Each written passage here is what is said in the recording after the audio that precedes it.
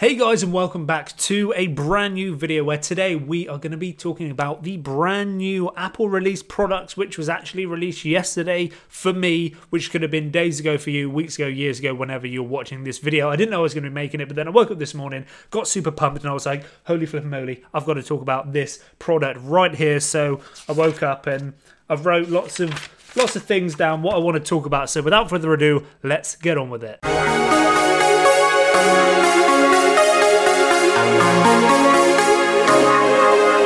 So if you've been living under a rock or you really just don't care about Apple at all, then you probably won't have heard what Apple have released. So I'm going to go through it in order of how they spoke about it in their keynotes yesterday, starting with the new look Apple stores. As you know, when you go to like town centers and stuff, if you go into an Apple store, they look flipping lovely. You go in, you play with the product, you talk to people who know a lot about those items.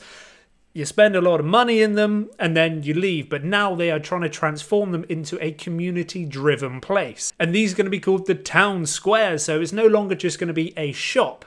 You can actually go there and it's going to be a place where you can go and do work. You can sit and talk to colleagues. You can sit and talk to other like-minded creative people, which I think is an amazing thing because it's no longer just a shop. It's becoming an actual destination to go and do work and get inspiration and get inspired by other people. So I think that is very good. It's not going to be in every Apple store. It's probably going to be in their new flagship major Apple stores, like my local one, which is an hour away.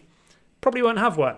But if I go to New York randomly one day, it probably will. Moving swiftly on to the brand new Series 3 Apple Watch, which is cellular, which basically means that you no longer need to take your phone with you in your pocket. You can leave your phone at home, at work, in the office, in the car, or wherever, and your watch acts as your phone because it has its own built-in SIM card now, basically, so you don't have to take your phone with you. So, for instance, if you're out snowboarding, you're out surfing, you don't want to have your phone in your pocket, you can still take phone calls, send text messages and stuff, which is incredible. It's obviously waterproof and stuff, so you can literally go swimming into the ocean and receive a phone call, which is pretty incredible. It's like we're living in the future, and you kind of feel like a bit of a spy because you can talk directly to your watch. No need to have a phone, which is pretty damn flipping cool. You can stream all of your favorite songs through Bluetooth headphones directly from the watch itself, again, without the need to carry a phone with you. It comes jam-packed full with lots of different activity trackers as well, as you would expect from a watch like this.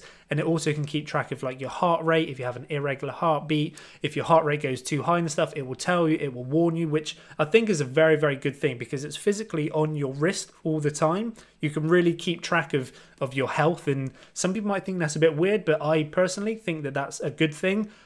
But saying that, I don't own any Apple Watches, and I probably won't get this Apple Watch just because I think it's quite expensive for what it is, considering when we start talking about this, there's no way I can afford both. Next up, they introduced the brand new 4K HDR Apple TV. Now, HDR stands for High Dynamic Range, which basically means the colors seem more realistic, they're more vibrant, the darks are darker, the whites are brighter and stuff, so the whole image just looks a lot better. And obviously this in 4K means it's going to be super nice and super crisp. You can stream your favorite sports games, you can stream your favorite TV shows in 4K, HDR and stuff. But you need to remember that you're streaming this still. So if you have bad internet, it's not going to work for you. You're just going to get a laggy, horrible signal, basically. For instance, where I live here, I can't get super fast internet. So I don't think I'm going to be able to stream 4K, let alone 4K in HDR. So that's one thing to remember, that you can't just get this device and expect to be able to get 4K HDR images because you're going to be streaming it. Your internet needs to be able to support that much data. And like all the previous Apple TVs as well, you can stream directly off of your phone. So you can stream your pictures and your videos directly to the big screen in your living room. And also you can use the controller of the Apple TV as a controller to play games. So now they're releasing a lot more games directly to the Apple TV. And price wise, it starts at £179 for the 32GB Apple TV, or £199 for the 64GB. And now we move on to the interesting part, the brand new iPhones, the iPhone 8 and the 8 Plus.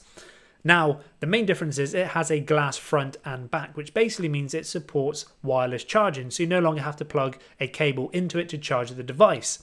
Now, Yes, this has been available in other phones for a while, but I think it's a great thing that it's now come to the iPhone. I just kind of wish that they called the wireless charging thing Apple Juice, because you're giving your Apple products a bit of juice. So now the 8 and the 8 Plus looks pretty much the same as the 7 and the 7 Plus, with the 8 having one camera the same as the 7 and the 8 Plus having two cameras the same as the 7 Plus. This is kind of a bit confusing. And these cameras are incredible, and built into the camera app is a thing called portrait lighting, which basically changes and manipulates the light in real time on your face, so you get these like incredible professional looking portrait type pictures as if you went into a studio.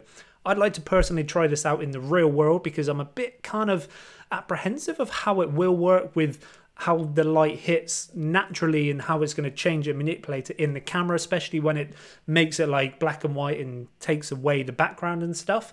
If it works as it does in all the videos and stuff, wow, that is pretty damn incredible, but I need to get this in the real world to actually try it to see what it's actually like. Now, sidestepping from the camera, we're now talking about the Animoji, which is an animated emoji. And yes, it kind of seemed a little bit childlike. I think it's a bit weird that they used it to announce the new phone on stage and stuff. It seems quite gimmicky, and basically it's just a Snapchat filter on your phone as an emoji. So when you're replying to people, you no longer just put a dog face. You can be the dog face by doing the actions of what you want it to do and say and stuff and send it. But saying that, you can guarantee that when this is actually out and released, pretty much everyone's going to be doing this. You can guarantee it. When emojis first come out, I was one of those people who was like, I don't want to be sending these little stupid little pictures and stuff.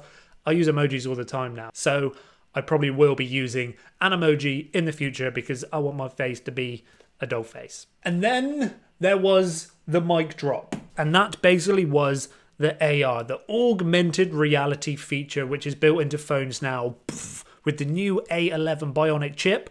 Basically, you've now got AR built into your phone, augmented reality. So you can hold your phone up and it will put things in the real world with like incredible tracking. So you can be playing a game and then the game will be on the table and I can move the phone around. So I'm looking at the game in the real world, but there's nothing there because you're looking through the phone.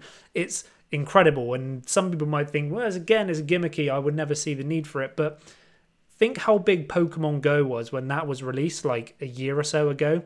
It was huge because that was the first initial kind of augmented reality game. You could have Pikachu dancing on your desk, on your sofa, on your girlfriend's head or wherever. It was huge because everyone enjoyed it. Admittedly, everyone turned it off because it was a little bit after a while. But now it's built into the phones with these new chips and processing powers and stuff.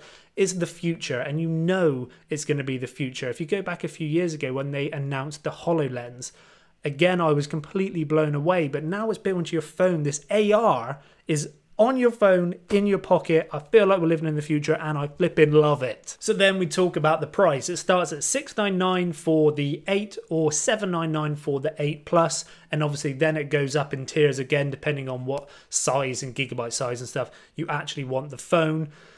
It's an okay price, quite expensive. Then they introduced the 10, the X, the 10X, the iPhone X. I don't like the name iPhone 10 because that just kind of makes 9 obsolete. So if next year they release the 9, what's the point? Because there's already a 10 and probably going to be 11 in a year's time. So call it X because it's the 10-year anniversary of the iPhone and stuff.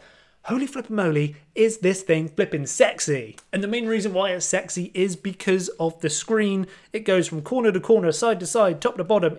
The front is just a screen and it looks gorgeous. There is no home button or anything on the front to interrupt that display. It is just a screen and it looks gorgeous. It's an OLED Super Retina display. It goes 5.8 inches from corner to corner. It looks gorgeous. It looks flippin' lovely and I want it in my pocket. Now my only little quibble with the design of it is the little black notch out bar at the top that the screen kind of goes around.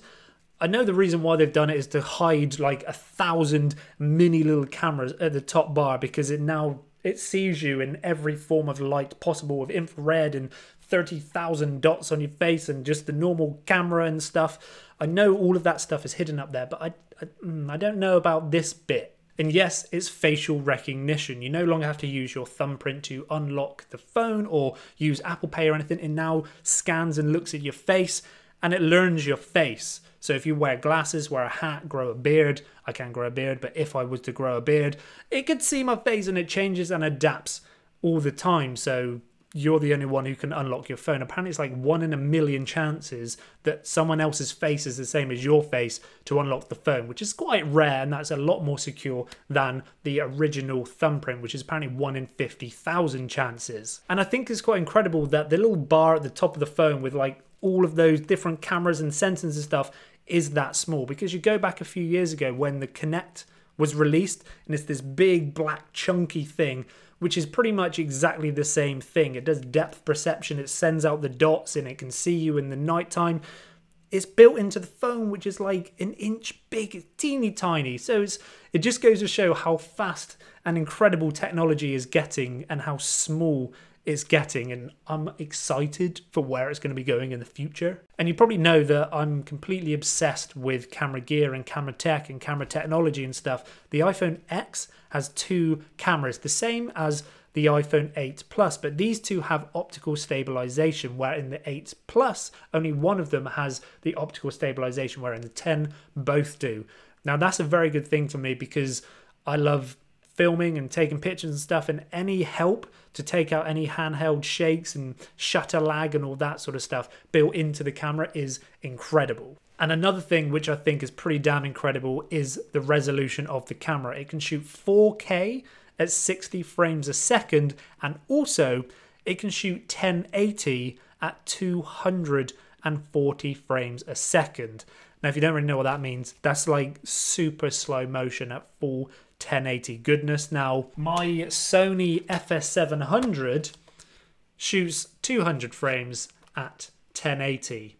A phone can do 240 frames, which is quite mind-blowing that a camera like this can't even go as slow as the phone. But saying that, I'd still opt to shoot on this than the phone. With more and more people opting not to use digital cameras or DSLRs or anything, or bigger cameras like that, these phones are incredible. To have that in your pocket, that resolution, the quality, just everything about it is amazing. And again, I keep saying it's like we are living in the future, but every year it gets bigger and better. So you can guarantee that in a year's time, all of this information will be obsolete and there will be something bigger and better, which now moves me on to a little bit of an issue. Is it an issue? I think it is an issue. Is the price. It basically starts at £999 for the smallest gigabyte model of this phone, going up to £1,150 if you want the 256, which I would probably want the 256.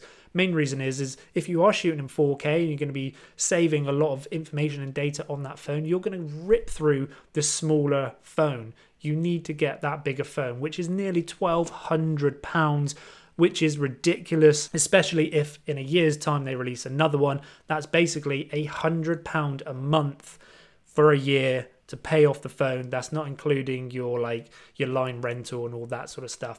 So you're looking at a lot of money. Now, some people might not think that that's a lot of money because you're literally living on your phone now. It does everything. Most people do a lot of work directly off of it. Do you think that it's way too overpriced? Let me know in the comments below. And I should also probably say at this point of the video, I know and I can guarantee that in the comment section down below, there will be a lot of fanboys from Samsung or Android or anyone that their phone had this before the iPhone and the iPhone's bad or Android's bad. You know, everything is going to be going off and kicking off in the description down below. But I personally think that this is an amazing thing that people are so passionate about one than the other. The main reason is we as consumers get given this incredible technology super fast and super quickly, because if there wasn't rival companies, they don't have to compete with the other competitors. So we as the consumers would be stagnated with technology which has been around for a long time. Having these rival companies trying to fight to be the best phone or whatever, we as the consumers get to get those phones and that technology and stuff. So I know that people are going to be commenting down below right now saying one's better than the other, but if it wasn't for the other rival companies, we wouldn't have this incredible tech. So I think it's a good thing. But let me know in the comment section down below. Are you Samsung? Are you Apple? I would love to know what you think, and what do you think of all of these newly released Apple products. I would love to read them in the comment section down below. Hopefully you guys have enjoyed this video. Hopefully it wasn't too long or too in depth. I've just been rambling. I need to stop. So thank you for watching. I want to leave you guys with those 3 very important things, which are, as always, stay happy, stay positive, stay awesome. Goodbye.